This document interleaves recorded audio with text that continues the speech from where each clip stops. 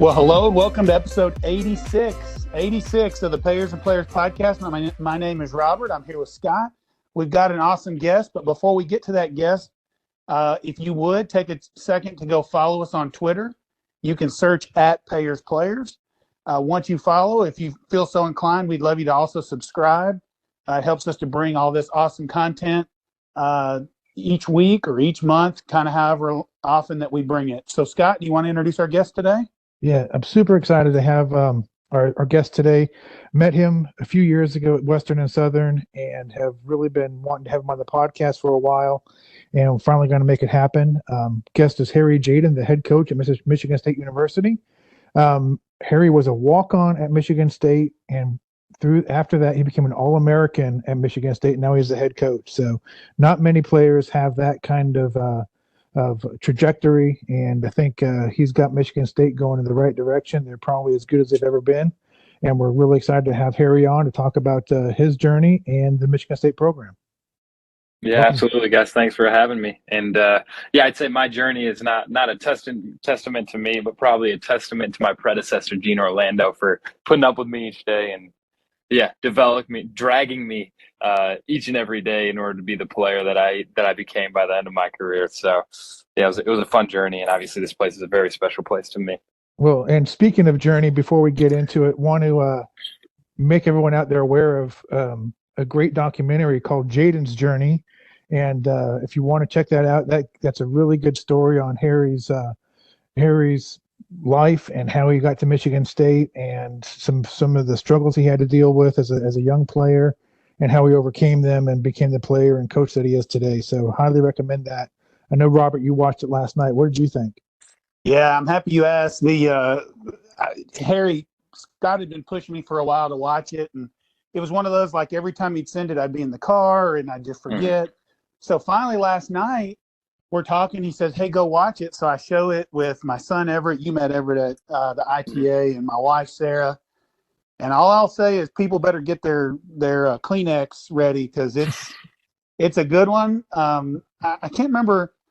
There was a saying back in the day, if you can laugh and cry and struggle all in one day, you've lived your life to the fullest for that day. Well, this one's going to make you do the cry part. So it's really good. If you get a chance to watch it, it's outstanding. And was that done by like a student organization or a group of? Go ahead. It was pretty crazy. So I worked at the.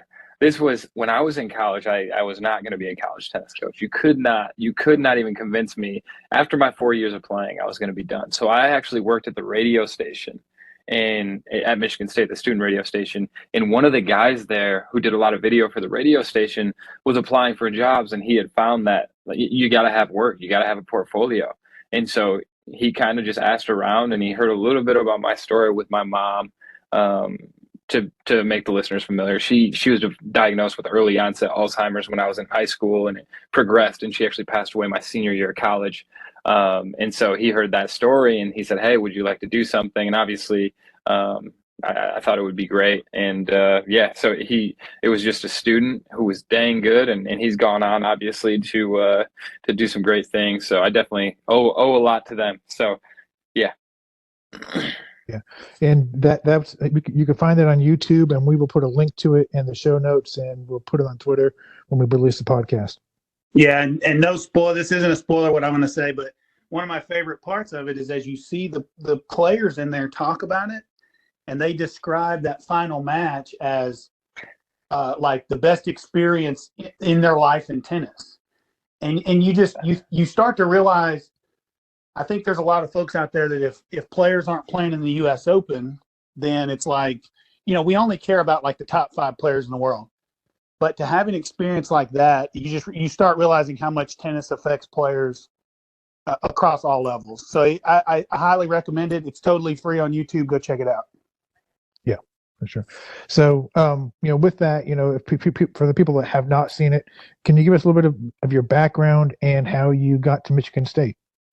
Yeah, absolutely. So I grew up in East Lansing, and my parents had met. My dad was from Pakistan. My mom was from Midland, Michigan, and they met going to Michigan State. They were both civil engineers. They were in the engineering school here. My dad came from Pakistan, which was obviously a much longer trip than Midland, Michigan. But they met there, and after they graduated, they really liked the location, and they settled down in East Lansing. So I grew up here. I was a townie, as we call them now, on campus, and I just grew up going to football games, going to basketball games. I mean, when we won the national championship in 2000 in basketball, there were, it wasn't in my neighborhood, but I could hear the ruckus and the noise and, fans burning couches and things like that, which MSU is pretty legendary for when our football or basketball teams do some big things. And so I grew up a Spartan fan, and quite honestly, now that I look back on it, as I aged into high school and got to the recruiting age, I mean, I shouldn't have ever ended up at Michigan State. I think as coach now, I probably wouldn't have even recruited myself, when I was coming into college. But, Gene Orlando, who I played for, was my predecessor here as the head coach.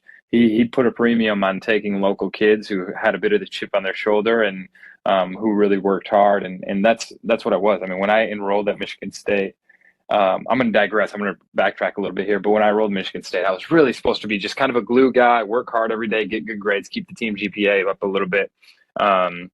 At the time, I didn't think of myself in that. I thought I was going to be a legit player. I was going to be a contributor. Even though I was a walk-on, I was like, I'm good enough. I'm good enough. I'm good enough.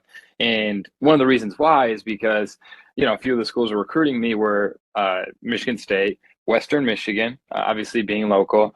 Kalamazoo College was another one. My brother played at Kalamazoo College. And then Illinois. And so Brad Dancer, who obviously I worked for a brief amount of time, and he's a great mentor to me to this day, he would come and watch me practice. And I was like, yeah, Illinois wants me. And at that time, I mean, still now, they're one of the premier programs in the nation. And I thought, yeah, that makes sense. Illinois wants to come watch me. And it wasn't until I was coaching now and I see how much a head coach travels for recruiting and competition and stuff like that. Brad is from East Lansing, just outside, 5 minutes away. And so my theory is, and when you guys have him on the podcast, make sure to grill him on this, but Brad essentially was recruiting me because he could come to the athletic club, watch for an hour or two, but then he gets a free trip home where he can say he's recruiting, he can spend time with his family. And so I put the pieces together probably halfway through college or as I became a coach. And, I thought that was pretty funny. And I don't blame him. I'd probably do the same thing too. So I walk on to Michigan State and play some doubles. I was a serve and volleyer. Used the Prince graphite racket in the 2010. So that's like 20 years after that racket had ran its course. But for a serve and volleyer, that racket, I mean, money with volleys. And so I creeped my way into the singles lineup as well my sophomore year and junior year. And by the end of my career, I was playing 1 doubles and 3 singles. So I had a pretty good development and trajectory, which you spoke about. And, my best day of tennis was one of my last. I mean, I got All-American, and I tell my guys this all the time. It's like, you don't know when your journey is just going to take a sharp turn and go up because, I didn't get All-American status until the second last day I was playing college tennis. I mean, I grinded. We were ranked in doubles, but we were ranked around 20th in the NCAA tournament. We had to get to the quarterfinals to get All-American status, and we did. And so, for my guys, I always tell them, like, hey, I know you might not have gotten the results you wanted up to this point, but all it takes is 2 special weekends or 1 special week, and all of a sudden you realize your goals. So that's a little of my story. After I graduated, I worked with the USTA player development a little bit, coached at a local hotbed for recruits here in Michigan as well, and just kind of got interested in coaching because of that. I was honestly looking to make some beer money and have some fun with my buddies after I graduated. Your typical tennis story where you continue to coach, but ended up really taking a liking to it. And Coach Orlando called me in 2017, said his assistant coach left, and I ended up taking the job as assistant coach and really, really loved it. So here I am. Scott, do you care if I dive into 2 quick questions here? Go. So Harry, tell me this. So 2 things from the documentary that were interesting to me. The first was your journey or your transformation as a player from a headspace perspective, right? Going from a player that was kind of volatile on the court, and even in the documentary, they mentioned that was one of the reasons they didn't recruit you was they saw the behavior on court, and then the transformation to less volatility on the court. And Scott and I have this conversation a lot because you go to a junior tennis tournament And the folks that are volatile are usually also the most competitive. So it's a double-edged sword. But what would you say to, say, a 10, 11, a 12-year-old who is also that volatile, and what you learn from it? But also, what would you say to their parent? Like, okay, parent, because I've had a few parents, hey, my kid won't behave. And, that's a discussion. So how does the behavior volatility as a player, what's some advice you have? And then also for the parents of those children. So I'll preface this by saying that this information doesn't come from me. I have a secret weapon in my coaching methods, and that's my wife, who's a school psychologist, and I pick her brain a ton. And I've talked to her about this exact topic. And one thing she always reminds me of, even with the guys on my team, I mean, a person's brain is not. The research is starting to come out now, and the date keeps getting pushed further and further back. But as of right now, research shows a person's brain is not developed until they're 27, 28 years old. And the last part of the brain to develop is the frontal lobe, which controls your emotion regulation, your decision making. And, you put these 11, 12-year-olds in situations where there's pressure on them. They're obviously competitive. They want to win. They don't know how to handle those situations. And I think with a parent, I think the biggest thing is get to the why, as to why they're reacting in that way. And sometimes those whys aren't bad things. I mean, a lot of times kids get frustrated because they really, really want to win. And so that's where I think a lot of work goes into, focusing on the process rather than the result. And I think a lot of your language as a parent and a coach really, really matter, where you're prioritizing their process and you focus on things they control rather than the result. Because, if you do everything right, you can still lose a match. You might be playing against a really good player. You play the best match of your life and you still lose 2-2. So I think really being process-based, and I think just being patient with kids and allowing them to mature, and then just setting clear, unemotional boundaries, where I feel like a lot of parents, you can't fight fire with fire. So I think a lot of parents fall into the trap where their kid's yelling, and then the kid gets in the car and the parent yells at them. And I fall into that trap as a coach as well. And my wife always says, hey, at worst, as a coach, the only thing you need to do is model behavior. And if you're getting mad at them for getting mad, it's the same thing they're doing. They see a problem, they get frustrated. You see a problem, you get frustrated. And it's really important that you're very clear with your boundaries. You make sure it's not emotion based, and it's just very, very calm and communicated to them beforehand. And it's not reactive, but proactive. I think that's the best way to manage it. And, I talk to my guys a lot about, their thermometer on the court, and where do they want their thermometer? Do they want it at 100 degrees, running hot and just feisty? We have a guy named Ozan Barish who gets pretty hot on the court. And then, other guys, our Greek player Aristanos, do we want him probably around like a 30 degrees? We want him a little chilly and calm, almost, Federer-esque, when you compare him to Nadal. But yeah, we want him a little bit more relaxed, laid back, because if he gets worked up, some things start to go wrong and it's not good mentally. So, just different ways to address it there, but just having conversations is the most important thing, I think. Yeah. So what I hear you, though, the main theme is be patient, right? As a parent, as a coach, we did an episode, our third episode. If people haven't heard it, the title of it was, do we expect our 10-year-olds to behave like a 35-year-old Roger Federer? Right. So the wonder I have is, so you talk about parents, you talk about players. How do you think the tournament organizations need to maybe adjust, the referees, the tournament director? Scott and I could tell you numerous stories about our own children. And so do you think the tournament should adjust any to adapt for the fact that brain development isn't complete? Yeah. I mean, I think just a lot of more, and a lot of this falls on the referees, honestly, a lot of management and a lot of, just having conversations, even if it's a training on how to manage, young kids, because it is kind of crazy that we have the same penalty structure for a 10-year-old as we do a professional player, at least with the USTA or a college player. Well, I think here it's actually more strict for a 10-year-old than it is for an ATP player.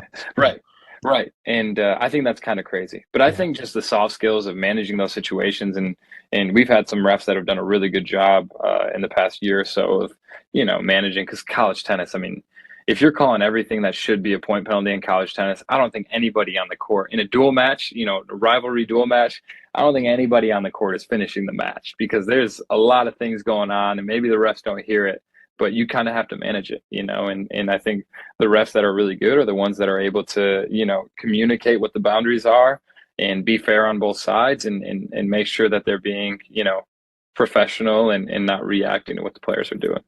Yeah, one thing I want to be clear, I'm not condoning poor behavior, right? But I've also never talked to a parent whose player was behaving poorly that wasn't totally embarrassed and wanted it to stop, right? Mm-hmm. Every parent, they don't want their child, as I tell mine all the time, as long as you have good attitude and good effort, I'm fine, but don't embarrass me, right? And he's embarrassed me many times. That I think a little empathy from the parents too is important. When a kid's out there doing that, instead of, you hear this statement often, well, if my kid did that, I would be blah, blah. Everybody doesn't realize what's going on with that child and why they might be exploding or might be volatile like they are. So just a little compassion from also the parents in the crowd would be a good thing. So let me dive into also your dad. So one of the things I love in the documentary is the environment he attempted to create at the matches. And so Scott and I talk a lot about, it drives me crazy when I watch the US Open and somebody gets up to walk and the whole stadium stops and waits on that person to sit down. I think that's ridiculous. Like, what other sport do you go, even golf, there's people moving around the whole time and making noise. So tell us a little bit about your dad and the environment he was able to create at the Michigan State matches, because I absolutely loved it. Yeah. So my dad was, obviously a huge fan, and he managed it well from a parent's perspective. He was really cheering on the team. He was never overbearing or really I feel like a lot of parents want it more than their kids. He did a great job from me, kind of like letting me do my thing. He never got involved, especially as I got into college. But from the team perspective, he would show up on match day. He'd get the crowd rowdy. He's a very, very outgoing man. And, it created a really good atmosphere. I don't know that the other coaches on the other teams enjoyed it. He got into some verbal fighting matches with some coaches in the Big Ten for sure. But it's who he is. He's outgoing. I don't know if you know his story, but right now he souped up a 4Runner, and this is his retirement project. Toyota 4Runner. It has a tent on it, on the ceiling of it. It has a fridge. It has a stove. It has pressurized water and a shower, all in his Toyota 4Runner. And he's driving from Michigan all the way to Chile. He's in Honduras right now. He left last year in October, almost a year into his trip. And then he's going to ship his car over to Africa, go to Cape Town, and drive all the way up to Cairo, Egypt. So he's crazy. He's a certified crazy person. But that's his retirement plan. And he's just going from place to place. He's by himself, meeting people and having a blast. And that's the type of person he is. And so you get him in a college atmosphere. He got rowdy, and it was a lot of fun. And honestly, I think college tennis needs more of that. I couldn't agree more. And that was, you can tell from the documentary, he's an immediately likable person. Like you can't not like him, right? But the other thing is that's what I kept saying is I wish we had more of that. But I think one of the funny scenes is when he first started it, you're like, Dad, stop, as any kid would do with their parent. But then he says, but all the other players said they liked it, so I kept doing it. Yeah. And that's how it goes with him. This whole, to compare it to the trip, obviously he's already driven through Mexico. He's driven through El Salvador, Belize, a bunch of countries in Central America. And when he planned this trip, we said, Dad, stop. You don't need to do this. You can go take a flight somewhere, stay at a resort. But he is stubborn. When he sets his mind on something, he's going to do it. And he did the same thing with college tennis. So it was a blast. It was a lot of fun and created a great home court advantage for us. Yeah. So will he be back for the spring season? He's not coming back for, I don't know if he's ever coming back because he's about a year in. And if you look on a map and you see how far Michigan is from Honduras and compare how far Honduras is to the southern tip of South America, he's got a long ways to go. So I don't know when he's coming back, but if we have a big time match on campus, if we're hosting NCAAs, I might play for the flight ticket, get him back here, and get loud. You guys need him there for sure. Yeah. Yep. Well, so hey, we got into a little bit of your background, and one of the things that I was curious about was, and you guys hit on it a little bit, but maybe you could talk to a little bit more about, how does your experience as that sort of player that may have not been, so appealing to watch, in terms of, the emotions, how does that inform your recruiting? I was listening to some coaches, they say, oh, if I see a kid throw a racket, he's off the list. If he Yep. does this, he's off the list.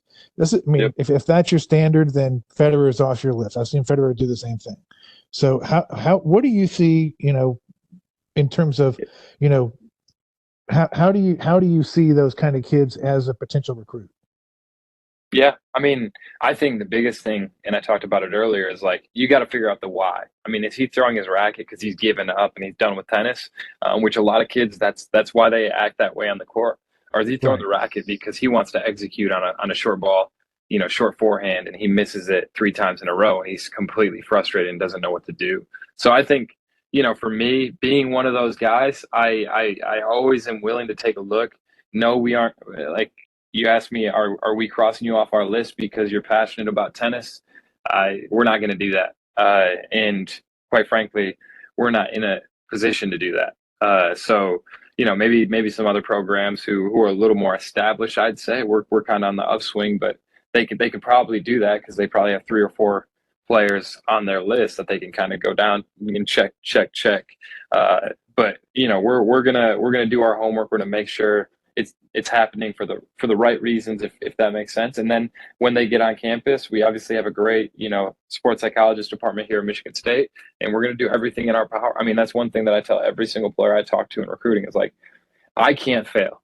This is my first job as head coach. I'm in my second year. If I can't get it going now, I'm in deep trouble. And so if I can't fail, you can't fail either. I'm going to pull out everything I can in my coaching bag of tricks, and my assistant coaches and the staff here at Michigan State. We're going to go the extra mile for you, and that's kind of how I feel about it. And yeah, some players are just one coach or one meeting with the sports psychologist away from putting it together.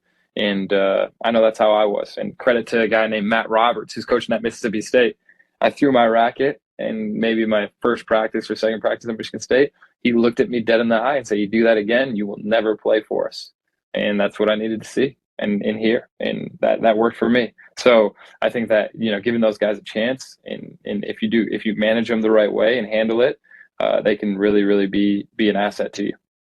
Yeah, we know Matt well. He's a good guy, so I'm not surprised that he had a high standard, but he also had a little patience. So that's good to hear. Mm-hmm. Mm-hmm. Yeah, and so talk a little bit about your team there at Michigan State. You reference, some of your assistant coaches, the sports psychologists. Obviously Michigan State has all the resources in the world, but how does that help the tennis team? Yeah, I mean, if you look at the coaches that have coached at Michigan State, I'll kind of name a few. Brad Dancer, who's now coaching at Illinois, he was an assistant coach. Matt Roberts, now head coach at Mississippi State. There's another guy, Damian Hume, who's the assistant coach at Princeton, doing a heck of a job up at Princeton. And I had, probably 3 or 4 assistant coaches in my time here, and it was awesome. Like just going from a guy like Matt Roberts to a guy like Ryan Young, who went on to be the assistant coach at South Carolina and Clemson, to Damian Hume. Like it was really cool to get different like coaches' insights into the game. In terms of our sports psychology, we had a guy named Dr. Larry Lauer who was with our program when I was playing, and he was planted on my court every single match because I didn't really need coaching in tennis. I needed to get my head straight while I was out on the court. So he's now the lead sports psychologist with the USTA and does a great job, and we stay in touch to this day. But yeah, I mean, at Michigan State, we have 2 full-time assistant coaches. I know a lot of programs weren't able to fund the second assistant coaching position, so that's been huge. My assistant, Mike, is doing a great job, and second assistant, Kazuki, who just graduated last year, has been unbelievable and doing a really good job with the guys. And we kind of each check off our own boxes. We work well together. And then, yeah, I think it's, I don't know, it's kind of frustrating, honestly. I just played college tennis 5 years too early because these guys, I mean, they're getting, fueling station. They get snacks, protein shakes, smoothies. Today I went to their fueling station. They had overnight oats that were made for them. They go after a workout. They get all that stuff. And then they got the sports psychologist. We have 2 athletic trainers that can just take care of your body, 3 coaches. I mean, man, we're flying out to San Francisco to play tournaments in Tulsa. And I remember one year we went to Milwaukee. Not no shade to Milwaukee, but we went to Milwaukee in March, and that was our big spring break trip, and everybody was excited about it. And now it's like if we went to Milwaukee, uh, I think the transfer portal would be lighting up with players from Michigan State because it's expected that you go somewhere that's pretty cool. You play three competitive matches on spring break or whatever it is, and yeah, it's pretty cool to see the resources that are getting into college tennis, and it really shapes our recruiting pitch and shapes the level of player that we can bring into college tennis now. So it's really, really exciting. All right. So one of the things I wondered as I watched the information in the documentary was I wonder how many players are out there on teams that are like you, right? So I see a lot of players that 11 and a half UTR range, and I don't know what your UTR was when you entered, and I don't even know if it was accurate back then, but Yeah. you got these 11 and a half UTRs that go to Big Five or Power Five schools, and they either play hit and miss, some here and there, or not at all. And I wondered watching yours was it that you were just a diamond in the rough that they missed? Or do you think that your hard work and dedication is what made you get to a point of one doubles, three singles? So in other words, if there's an 11 and a half out there that's playing at, say, Mississippi State or Ole Miss, and they hear this, how much can they actually get better in college if they enter at that 11 and a half range? I think you look at a lot of the players across the nation. I mean, there's definitely it's not the rule, it's definitely the exception for a player to develop in that way. And I just think if you do that, if you go to a program where you're outside the lineup looking in a Power Five conference and you're an 11 and a half UTR, your why better be strong. Your why better be freaking rock solid because you're gonna train your tail off. Those guys who are at 8, 9 singles, they're doing the workouts every morning. They're doing the sprints. They're getting, hollered at if they're not running their hardest. They're going through, all the practices, the gut checks, the 2-on-1s. And at the end of the day, you got to ask yourself, why am I doing this? And if a kid's doing it, and this is what we have to watch out for recruiting is like, if the kid's doing it for the gear and to tell people and his friends that he's a member of the Michigan State tennis team, and he's a Division I athlete, that ain't gonna cut it. Like you're not gonna get better. You're gonna check out because you're doing all that hard work. You're not playing on match day, and other guys are competing ahead of you. And I just feel like if you have a why that's stronger, and my why, quite frankly, is in that documentary. My mom was passing away, and I wanted to make sure that I had this opportunity, and she got to see me, you know, empty the tank and really develop and make something special out of my 4 years at Michigan State.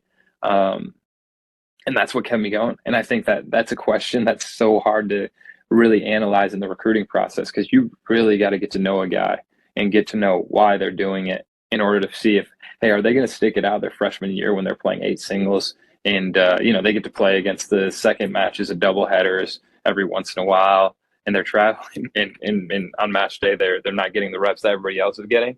And that's a question that I think great coaches have found the answer to. Yeah, that makes total sense. And go ahead, Scott. No, you go ahead. I was just going to say it makes sense, and I see it happen often. And very, very seldom do I see your story. The rule, like you said, is more they show up, they don't get to play, they either quit or they hang on the team for a few years and have a good experience, but never really get into the lineup or play that second match of the day, like you mentioned. So when I saw your story, it really intrigued me. I wonder how many other players are out there that if they would just buckle down and work really, really hard, could they raise their level? So I appreciate that answer.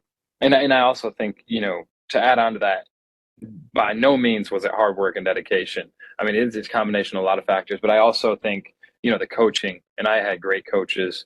The coaching goes a long way. You got to have guys that are, steering you in the right direction, kind of navigating you through the tough situations that come up in college in general as an 18 to 21-year-old kid. I think that's really important. So your relationship with the coach also has to be really, really rock solid. Yeah. Yeah, and so I mean, and that worked out great for you because I mean, I'm sure that you being from East Lansing, you knew the coaching staff, you knew Gene for years, and so they could be honest with you, and you knew what it sort of take, and you could take it from them. Whereas if you let's say you went to Texas or somewhere, maybe you don't have that same relationship and you don't take the coaching the same way. And so that's probably helped a lot. Man, if I was at Texas playing for Ryan Livman, I would be 10 times the player I am today. That guy's good. He did a great job at Tulsa and All Americans. He's a good friend. Well, hey, so I want to talk a little bit more about sort of your recruiting process. And, and when we initially did this, we're going to do this podcast, it's going to be in June, and, now we're in October. But one of the questions I had at the time was, that was the period, I guess, when you can start talking to rising juniors. And so I'm curious, from scratch, how do you guys come up with your list of players you want to contact, and how do you go about that? Yeah, I mean, I think I listened to Rodidi's podcast, obviously, and I think he was spot on. I mean, we get so many emails from players saying, hey, I'm a 12-1, but I'm playing like a 12-5. And Rodidi's, he has a way of putting things that make a lot of sense. And it's like, no, you're a 12-1, and you must be playing a 12-5 on some days, but you must be playing an 11-7 on other days. So obviously we use UTR, ITF rankings. We'll see, WTN as it becomes more accurate. I'm guessing it will factor into the conversation as well. And then it's like eye test, meeting with them. I've put a lot of miles on my frequent flyer account. And then also just word of mouth. We have some players that have played at a high level in juniors and professional tournaments. So there's many names that they know. So we'll ask them, hey, do you know this kid? What do you think about his game? Would he be a good fit? Da da da da da. And from that point on, it's really just reaching out to the kid, communicating with them. And I would just say no recruiting process is the same. I mean, it's crazy. Everyone is completely different. And that makes my job fun. Sometimes it causes a lot of lost sleep, but it's you got to be creative. You got to reach the kids, by tailoring your message and making sure that you're hitting the right points and addressing the needs that they have. Some kids, they might be really focused on what does a practice look like. Other kids are, hey, do you have the facilities and resources to make it happen? And all those things kind of factor into it. But just to start really looking at results and then diving into, okay, why is this kid getting those results? Or maybe he's getting these results and he could be better. What's going on there? All that good stuff.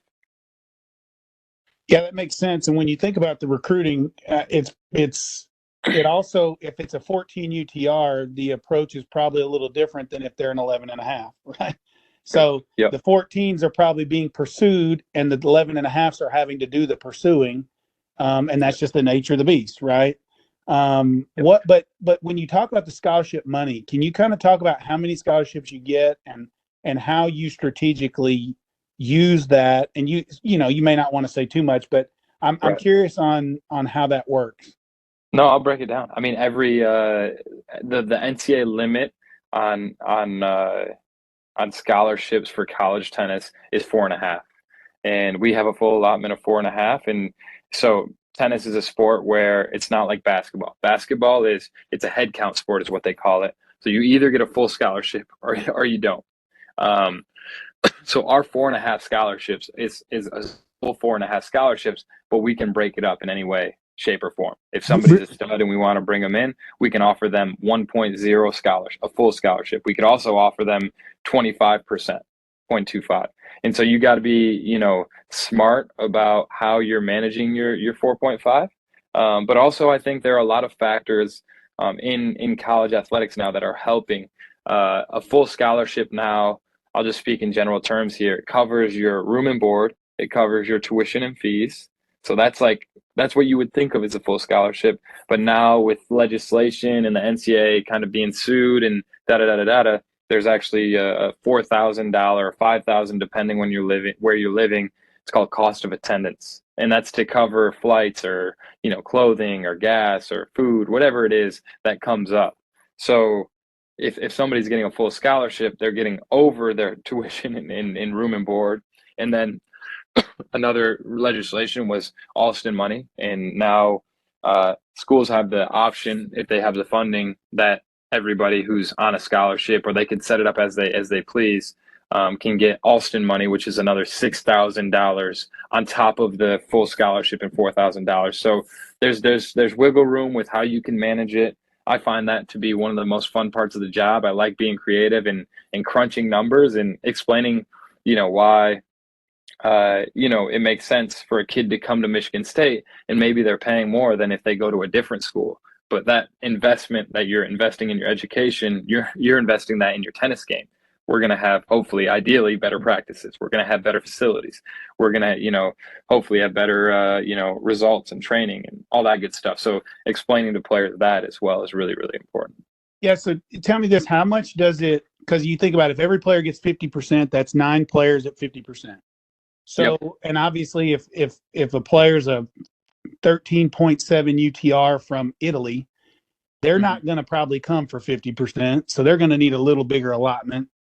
So how much does the academic piece make? So I guess what I'm asking is, let's say a player comes in, good ACT score, good SAT score, good grade point average, and they can get 50% of it paid for in academic scholarships. And then you only have to commit the other 50% out of your budget. Does that equate into your calculus, or does it matter? Yep. No, that helps out a lot. I mean, if a kid's a really good student, they do have the opportunities to get academic scholarship and stuff like that. So that obviously helps cover the gaps, so yeah, definitely good opportunities there. And yeah, I mean, Robert, we got to speak off this call, because if you do have some 13.75s, man, you got to forego those names. We need a few of those guys. That would be awesome. Yeah, that for sure, for sure. And I think it's important for parents to know, the coaches are trying to win. Nobody wants to win more than the head coach. And so if their child, and I had a college coach say this to me one time, 11.5s are a dime a dozen when you start recruiting in D1 Power 5, right? And so the parents just have to understand that if your child, an 11.5 is a really good player, but if that's what your child is, then they're going to have to bring some type of an intangible like great grades so they can get other scholars, because they're more of a project for you than that 13.5. Would you agree with that? For sure. I mean, I compare it to finding a date at the prom. Everybody goes through it in high school where they're searching around for a date. And, for me, you could go ask a girl that is going to say yes, or you could approach a girl like my wife who is going to need some convincing, and you're going to have to really lay out all your chips on the table to hopefully get her to go to the prom with you. And that's kind of how it goes. And sometimes, and obviously we've been on the butt end of this, as some of the top dogs have taken their pick of the litter. Sometimes it doesn't work out in the way that you want, for sure. Well, I like this. You give us dating advice, but Didi was giving dating advice. So, this is the Love Connection Coaches Edition. Yeah. Yeah. Hey, just wanted to clarify a couple of things on the scholarships. One, for women, it's a different scenario. I think it's 8 full scholarships. And is that a head count situation, or can they divide those up? No, that's a head count situation. So so women's side is different. And, my women's coach and I kind of debate back and forth whether it's a good thing that they're different or not. But yeah, they have 8 full scholarships. And on the women's side, you're either getting a full scholarship, which includes those things that I talked about, the cost of attendance on top. And, at a school like Michigan State, you're getting the Alston money. So actually, a full scholarship is going to be considerably more than what it actually costs to go there. So yeah, I mean, it's a different ball game, obviously, on the women's side. But yeah, 8 full scholarships, and it's all or nothing there. Great. And players that take the fall off, do those guys count towards the scholarship number, or do they? How does that work? I don't think that you guys have any players that took the fall off, but I know some schools have had players take the fall off and they come back in the spring. How does that affect the 4.5 number? Yeah, so you'll see, a lot of coaches, again, how you manage your 4.5. You got to be creative, because you want to have as many great players on your team as possible. So, if a player does take the fall off, let's say he's on 100%. Well, if he takes the fall off, he'd still get 100% scholarship. Like, he would still have that full ride for the spring semester. But for your 4.5 scholarships, it would only count for half of that. So it would count for 0.5, 50%. So it's kind of everything's divided in 2 if they take a semester off, because they're only attending for half the year. Yeah, that helps out a lot, I'm sure. For sure.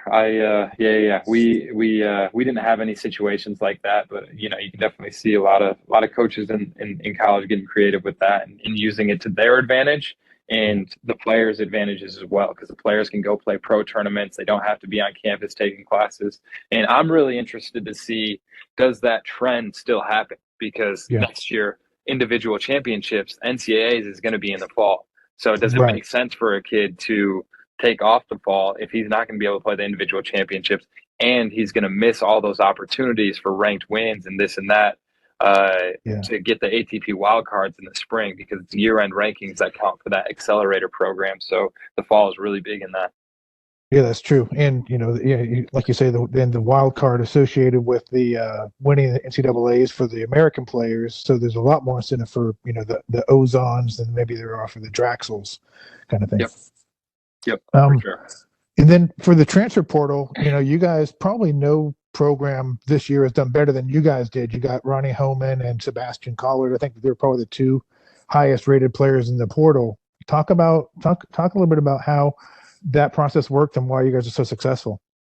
Yeah, I mean, I think it's really just selling a vision. I mean, they hit the portal, and I really think our social media team has done a good job of promoting our vision and what we want to do. And I think social media is a huge aspect of recruiting, So hopefully by the time we actually reach out to a kid on Instagram and talk with them, they've looked through it and they've seen what we're building. And I think, Michigan State's in a really cool position where we've improved a ton, and they can be the guys that really took a program to the next level. And I think that for both of those guys, that vision really was what brought them here, and they've really bought into it. And obviously you see their results this fall.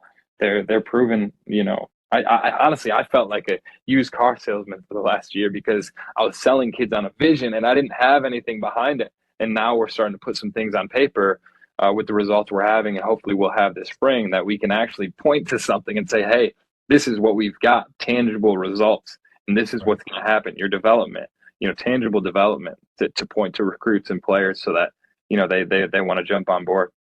Yeah, and how important was keeping Ozon at home towards that vision? I mean, he's probably, once in a generation type player from that area, and to get him to come to Michigan State, that's a huge win.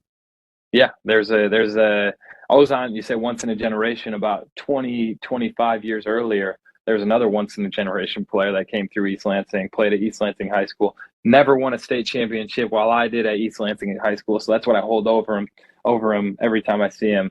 His name was Todd Martin. And Todd Martin, finalist of the U.S. Open, I believe, or Wimbledon, number 2 or 3 in the world ATP rankings, ended up going to Northwestern rather than Michigan State. And I think keeping Ozon here was a very, very huge part of what we've been able to do. He really jumped on board and believed in our vision. And again, he's a guy he's not a follower. He's a leader, and he wanted to do something different with his time in college. And it's to this point, I think it's really, really worked out for him. Yeah, for sure. He's done great, and he's had a great fall season. He won the Battle of the Bay. You guys did great out there with Ronnie and Ozon, both filing out there, and Ozon making semifinals of ITAs. So that's huge. You guys are one of the few schools that put numbers on the back of your jerseys or shirts or whatever. His number is 72. What does that signify? I don't know. We've tried to get it out of him, but he's been pretty close to vest on that one. Okay. So yeah, we gotta dig deep into that one and figure out what it is. But yeah, I don't even. I know there has to be a meaning to it, because I know that he's a pretty thoughtful guy, and he's very global, and I think that there's some meaning behind that. I'm just curious what it is. So maybe I'll have to get him on the podcast and tease it out of him. Yep. So. Okay. Well, Scott, have you got a direction you want to go? Because I want to jump into some junior tennis if you don't. Go. Yeah. So I'm real curious of your perspective on junior development in the States and also the junior tournaments. I think it's interesting that at no other level in tennis do players play 2 singles and 2 doubles in one day, and so and then injuries pop up. I'm wondering if you have any opinions on that and how it affects development, because you're sort of towards the end of the development pathway, right? And if that pathway were changed, do you think that what you were receiving would be any different? Yeah, I mean, I find it really interesting, because if you asked our guys, if they played a USTA tournament, like they wouldn't make it. I mean, you can't at this level, how physical it is, how much they're going, explosive movements from direction to direction. Like, yeah, it wouldn't even be possible for them to play two singles matches, two doubles in a day. And I think it's really taxing mentally on kids. I think a lot of kids get burnt out because they're playing so much in one day. And I always find it interesting. There's this huge argument over, and you see it at KZoo every single year. I mean, the backdrop, people are pulling out, they're dropping like flies. And I just look at across the world, you don't see in ITF junior events or even in Tennis Europe junior events, there is no backdraw. Like you win or you go home. And I think at this point, with how much UTR and WTN are impacting, if a player has a higher UTR than another player in the backdraw, he doesn't want to play, he pulls out, he goes home. Maybe just get rid of the backdraw, and that hopefully that solves the amount of matches, because the feeding consolation, I mean, that's a whole nother deal. If you lose first round at KZoo, I don't even know the number, but you guys might. It's like 16 matches over the next week that you have to win in order to get to the finals or win the backdraw. It's insane. And 2 matches a day every day, and that's who the Spartans are looking for. The backdraw grinders that are winning 2 matches a day, get hitting the ice stuff, doing it again tomorrow morning, and keep going. So it's really physical. It's really tough. And I think mentally, and even on the parents, I mean, you don't want to be at the facility at 10 p.m. when you're in, let's say you're playing a tournament in Nashville or wherever. Like, you want to go see the sites and make it an enjoyable experience overall for the kids. So he wants to continue to play tournaments. So what's the solution, though? Scott and I were talking about this the other day. My son, the physicalness, he normally it's really hard for him to make it to the end of a tournament. But when he plays things like the old school, not Southern Cup, Scott, what's it called? The zonals, the old school zonals. Yeah, they were 1 singles, 1 doubles a day. And man, he'd have some of his best results because he plays singles, his doubles, go to sleep, wake up. He's fresh, he's not injured, and then have another good day. And you could grind, and you didn't have to worry about, if I grind out this match and I play it to a third set and I compete, how's that going to affect the match I'm about to play in another hour and a half, right? But what's the solution? Because parents are generally only bringing them during the weekend, and you can't get a whole lot of tournament in the weekend if it's 1 a day. So what do you think the solution is? I mean, I really think at this point in time, I do think eliminating backdraw is probably the way to go, especially with, at the highest levels of junior tennis, at least. And I get the need, and maybe it's just one more match. You just get a backdraw match. So at least you get 2 guaranteed matches in a tournament. That's what a lot of college tennis tournaments do. And it works out really well. Yeah, first match, losers consolation. Yeah, something like that, where it just doesn't drag on, and they can stay with it physically. And then also, I think as a parent, you got to manage your kid's schedule, and you got to know where their body's at. As a coach, you got to communicate with them, and then I just think it's not even about tennis, but just getting your kid, and we see it a lot in college. We can tell the difference between the guys who grew up not even lifting weights, but just around the gym. Make them do med ball exercises, band exercises, things that will make them comfortable in the gym. They know what they're doing. They understand basic form for being in the gym. I think that's really, really important as they get older, because, I think in the college atmosphere and professional atmosphere, sometimes that stuff takes precedence over, what you're doing on the court, just because of how physical it is. Yeah, that's a real good point. I thought, and I hate that while y'all were in Tulsa, we didn't get more time to hang out, get to know each other. The interesting thing about tournaments is you get there and you think, I'm going to do all these things, and then you end up getting all your time sucked up at the tournament. But it was great to get to know you, and it's very clear. I called Scott when it was over. I said, it's very clear why the recruiting's going the way it is, while the team environment you're creating with the guys, they all clearly respect you. They like you. I think y'all are going to have a ton of success, and it's really cool to get some insight into your recruiting process, because Scott and I have talked about this a lot. Every coach that we've ever interacted with that has a lot of success at the college level, it's no different than a successful player. It's just hard work. You're on planes, you're visiting players, you're visiting parents, and then you're on the plane for the next one, right? You talked about your frequent flyer. So it's real cool just to hear that theme has continued, and Michigan State's in a good place. So, Scott, do you want to dive into the fast speed?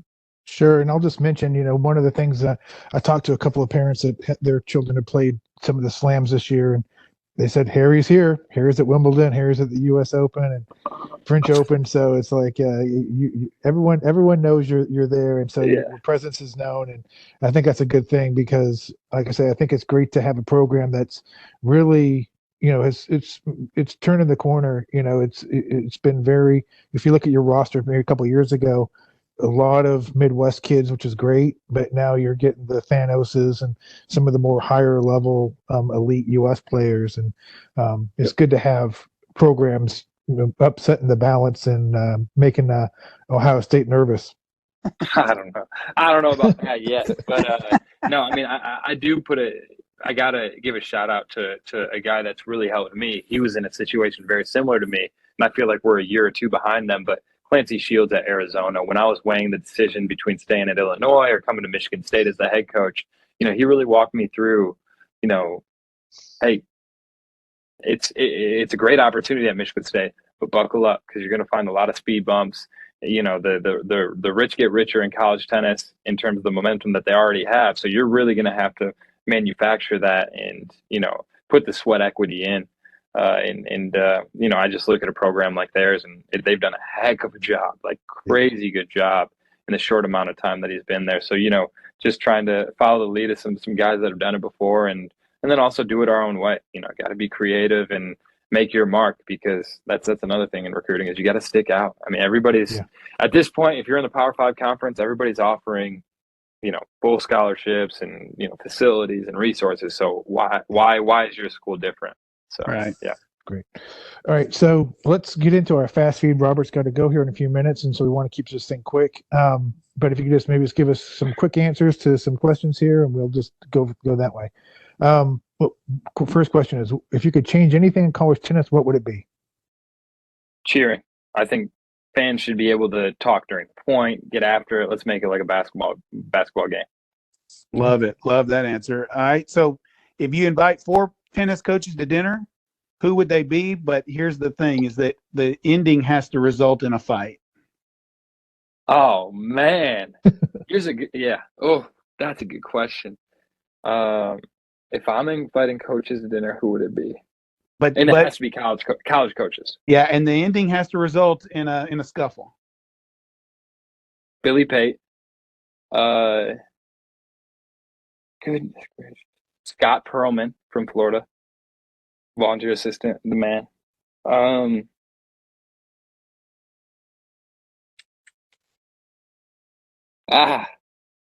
It's a tough one. Yeah. I'm thinking here. We'll say Eric Johnson from USC, good friend of mine. Always a good time there. And I mean, I'm going to go Damian Hume from Princeton. And Damian and Billy are going to get in a fight, as they always do, about movies and TV shows. Is My Cousin Vinny the best, movie of the, 80s or 90s or whenever it came out? Every single time we're together. Every single time. Damian knows how to get Billy's goat. Every single time. Okay. Excellent. All right, so on the road, favorite restaurant night before a match? Oof. Olive Garden, OG. It's the OG. The OG. Give me the chicken Alfredo. Oh, geez. I only get it the night before the match. Yeah. 20,000 calories, but it makes me feel warm and fuzzy inside. Love it. Biggest waste of time on the practice court? Rallying. I just don't see the point of it. Rallying. I want my guys drilling with a purpose, hitting serves and returns a ton, getting some doubles, reps, volleys. I think hitting up the middle, overrated. Yeah, makes sense. Best documentary about tennis and non-tennis? Best documentary non-tennis is going to be Icarus, about the doping scandal in Russia. That was unbelievable. Mm-hmm. If you haven't seen that one, check it out. And then tennis, I mean, I really liked, I don't know what it was called. I really liked Marty Fish's. I thought the best part of that one was when he was talking about when he played Andy Roddick, and I think it was like the finals of Cincinnati or something like that.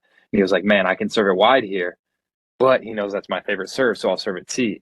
But he knows that I'm thinking that that's my favorite serve, and I know he knows my game. So I'm actually going to sit, and he's just going back and forth between two competitors, and the mental game there was really, really cool. Yeah, and he just freezes and doesn't go either way, right? So that's what I would do. Yep, I always tell my son, nice conservative body serve. Right, I tell my son all the time. I say, if you're thinking, you're stinking, right? So just get out, don't overthink it. Yep. All right, so Scott asked that one. What are your non-negotiables? What does it take to get kicked out of practice at Michigan State? Engagement. I mean, you can be as frustrated as you want, but you better be engaged with the drills we're doing. And you better, if you need a reason and an understanding of the drills, but if I actually tell my guys, and it's not kicked out for me being mad. It's like, quit wasting my time, quit wasting your time. If you're not engaged, you don't have to be here. You guys are, quasi-professional players. You don't want to be here, don't be here. But if you're going to be here, be engaged, have a purpose, and let's get better. Yeah. Good job. I love it. And last one, best thing about being a Spartan?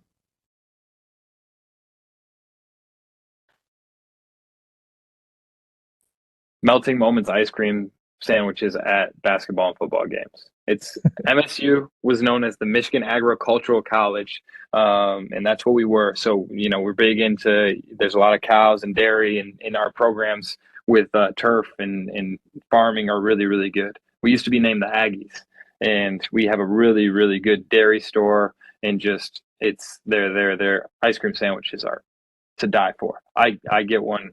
And in this year during the football games, I've been getting them earlier than I used to. I used to save them for after we get a win, enjoy it. This year, it's about first quarter. I'm having an ice cream sandwich to make myself feel good. Well, as this has been a fun podcast, as I think about, Scott, all the guests we've had, I wish there was a way for us to do like every guest we've had get together at some point. Imagine putting all those folks in the room together, the tennis knowledge. This has been great, though. Really appreciate you taking the time to do this with us, Harry. Yeah, Harry, thanks so much. And I'm glad we finally got to do it. And like I say, there's no secret as to why Michigan State is doing so well. You're doing a great job, and look forward to seeing you guys this spring, hopefully, and good luck. Absolutely. Yeah, absolutely, guys. Appreciate you having me. And honestly, thank you guys for promoting the game and making it bigger and doing what you guys are doing. I think it's really valuable, and I'm just honored and pumped to have been on the podcast, and hopefully I can get back on soon. Appreciate it. One quick question before we go. Where will you guys be this spring in some of your non-conference matches? Some of the big ones are we're going out to LA to play Pepperdine and UCSB. That's going to be in January. We are playing the Blue Gray Cat Classic in Birmingham. And Robert loves that tournament. I think the Blue Gray may be the best regular season college tournament I've ever been to. Sweet. We've never played it. I've heard great things, and we're honored to even be selected for it. So it's a rich history there. And then we're going to Arizona State to play over spring break. Those are probably the three big trips that we're taking. But our schedule should be out on social media pretty soon here. So. Okay, look forward to it. Awesome. Well, go Spartans. All right, go Sparty. Yes, sir. Right. Thanks, guys. Have a great day. All right, thanks, Harry. Take care.